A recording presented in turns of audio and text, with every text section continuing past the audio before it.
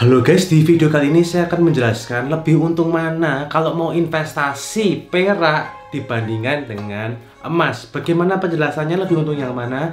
Tonton sampai selesai.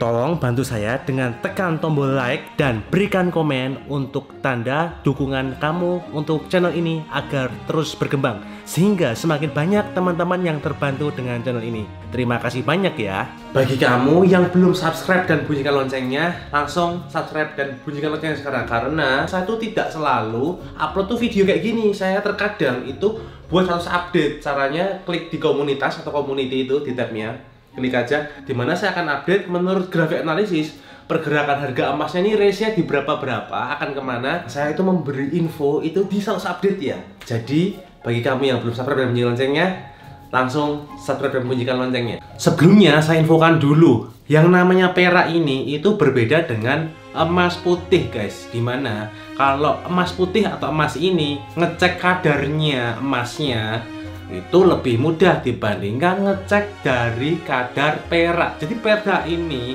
kadarnya itu lebih sulit untuk dicek guys. Nah, saking susahnya ngecek kadar perak tadi, maka banyak sekali toko di Indonesia yang tidak bonafit itu menjual perak atau perhiasan perak tidak sesuai dengan sertifikatnya, alias ngakunya si toko tadi, oh ini kadar peraknya tinggi, dijualnya harga tinggi. Padahal belum tentu ya guys, real barangnya belum tentu kadarnya setinggi sertifikatnya. Bisa jadi itu kadar peraknya sangat rendah guys. Karena apa? Ya karena tadi ngeceknya kita sebagai orang awam itu sangat susah guys. Ngecek kadarnya perak ini berapa, rendah atau tinggi gitu. Jadi hati-hati bagi Anda yang mau investasi perak. Kenapa? Karena bisa jadi Anda ketika membeli peraknya tadi harganya itu dengan harga kadar perak yang tinggi, tapi Anda kaget ketika mau jual. Pas mau dijual, loh kok harganya rendah sekali. Ternyata kadar perak yang Anda beli tadi itu sangat rendah sehingga diterimanya sangat rendah guys. Nah, tapi berbeda bagi Anda yang pernah keluar negeri dan membeli perhiasan perak atau perak yang branded berkelas, ya yang mereknya bagus, ya itu memang benar-benar sesuai antara sertifikatnya dengan real barangnya. Jadi misalkan sertifikatnya bilangnya berapa, ya real barangnya itu ya kadarnya segitu. Tapi jangan salah, itu bukan solusi. Membeli di luar negeri barang yang branded tadi peraknya itu bukan solusi. Itu juga salah guys, kurang tepat kalau untuk investasi loh ya. Maksudnya investasi ini adalah ingin untung gitu ya. Hal itu dikarenakan yang namanya barang branded atau berkelas, ya harganya itu tidak sesuai real value-nya. Contoh misalkan harga peraknya misalkan di segini guys, ya memang bener antara sertifikat sama barangnya itu bener-bener kadarnya segini gitu ya, harga real value-nya. Tapi karena dengan adanya branded tadi atau bermereknya berkelas tadi, harganya jauh sekali di atas real value-nya. Artinya apa? Ketika kamu membeli harganya itu di atas harga real value-nya, ini sama saja ketika harga buyback-nya ini nanti selisihnya akan sangat jauh, buyback-nya sangat rendah ketika kamu mau jual. Jadi kamu yang pengen investasi bisa-bisa malah rugi guys kalau kamu belum tahu hal ini.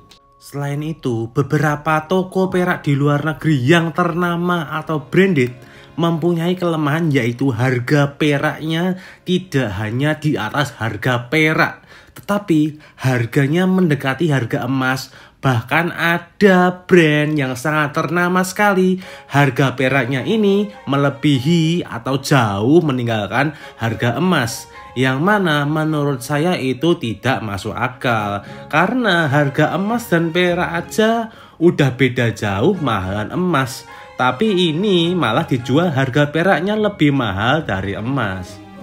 Jadi kalau kalian smart buyer, apakah mau membeli harga overprice seperti itu? Kalau Anda membeli barang yang internasional merek ternamanya yang overprice tadi hanya karena dipakai oleh selebriti terkenal, ya nanti ketika bosan dan Anda mau jual, value-nya sudah jatuh. Dan toko di luar negeri ini kan nggak ada sistem buyback-nya. buyback polisinya itu nggak ada. Toko tersebut tidak menerima buyback. Jadi kita kalau bosan terus mau jual, ya harus jual ke toko lain atau ke orang lain. Jadi selain cari pembelinya nanti itu susah, kalau ada yang mau pun harganya jauh dari harga yang kita beli guys. Jadi toko di luar negeri yang ternama saya sebut tadi ya, mereka ini cuman bantu repair, itu saja ada biayanya kalau sudah lewat masa garansinya. Tapi tiap brand bisa berbeda ya guys. Untuk di dalam negeri, kelemahannya untuk perak, saya belum bisa merekomendasikan toko perak yang terpercaya saat ini.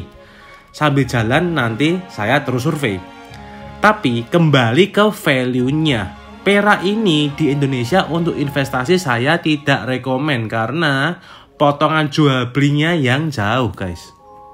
Lalu bagaimana dengan Anda yang ingin membeli perak gitu ya? Ya jawabannya ya sebagai orang awam kita hanya bisa mencari toko yang bonafit yang menjual perak. Kenapa? Ya tadi saya sudah sebutkan, sangat susah bagi kita yang awam untuk mengecek kadar peraknya guys. Nah kenapa saya bilang toko yang bonafit itu penting? Karena ya ketika kita beli di toko yang bonafit itu tadi akan selalu menjaga reputasinya dalam jangka panjangnya. Ya ingin menjaga kualitasnya. Jadi ibaratnya ya jaga nama gitu ya. Artinya kalau membeli di toko yang bonafit atau terpercaya ini, si toko tadi akan memberi jaminan dengan namanya tadi ya guys. Yaitu jaminan apa? Jaminan kalau barang yang kita beli, yang kita bayar tadi itu ya sesuai dengan sertifikat yang dikeluarkan toko tersebut guys.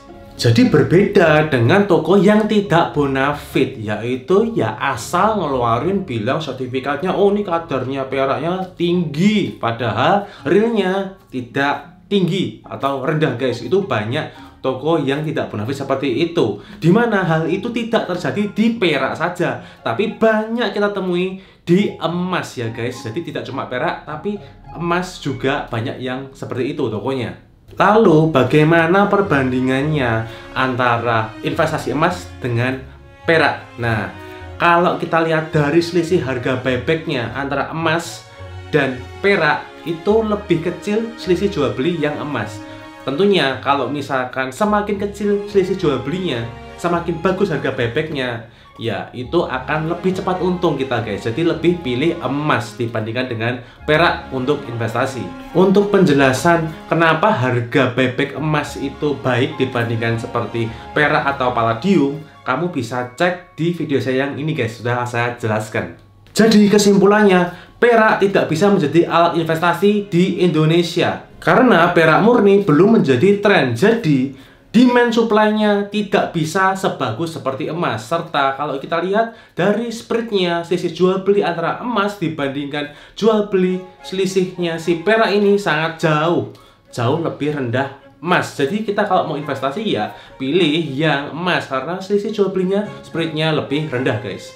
Kesimpulan keduanya, durability dari perhiasan perak itu tidak sekuat dengan perhiasan emas di atas 10 karat. Karena apa? Ya kalau kamu lihat perak ini cenderung mudah berubah warna guys, ke hitam-hitaman. Sehingga kalau mudah berubah warna dibandingkan emas, artinya biaya maintenance-nya itu akan semakin tinggi. Padahal misalkan pengen pakai perhiasan, ya pengen kita jadi lebih cantik. Kalau warnanya hitam-hitam malah malu pakai, nggak terpakai jadinya. Jadi tetap ada cost untuk kalau pengen pakainya bagus terus. Artinya kalau mau dijual lagi, ya selain spreadnya tadi jadi tinggi kalau yang perak, dan ada biaya-biaya tambahan maintenance tadi guys. Yang ketiga, pengujian kadar perak itu sulit, sehingga kita mencari toko yang bonafit itu surveinya harus lebih banyak. Jadi beda dengan emas, lebih mudah ngecek kadarnya. Sehingga kalau untuk investasi, ya intinya lebih bagus emas dibandingkan dengan perak ya guys. Walaupun grafik harga perak per tahunnya mengalami kenaikan, tetapi percuma saja karena spread yang tinggi atau selisih antara harga jual dan beli perak ini sangat tinggi. Jadi rekomendasinya bagi Anda yang membelinya tidak hanya dipakai, tapi juga sekalian untuk investasi, saya tetap rekomenin untuk ke perhiasan emas saja. Karena itu yang pasaran dan demand supply-nya itu sangat bagus di Indonesia. Tapi bagi Anda yang hanya ingin memakai dan tidak peduli dengan harga jualnya kembali, anggap aja seperti Anda membeli aksesoris seperti gantungan kunci atau apa gitu ya. Boleh-boleh aja Anda beli perhiasan perak yang Anda senangi. Oke, sekian video dari saya. Kalau kamu ada pertanyaan, langsung komen aja, nanti akan saya balas. Thank you for watching and see you in the next video.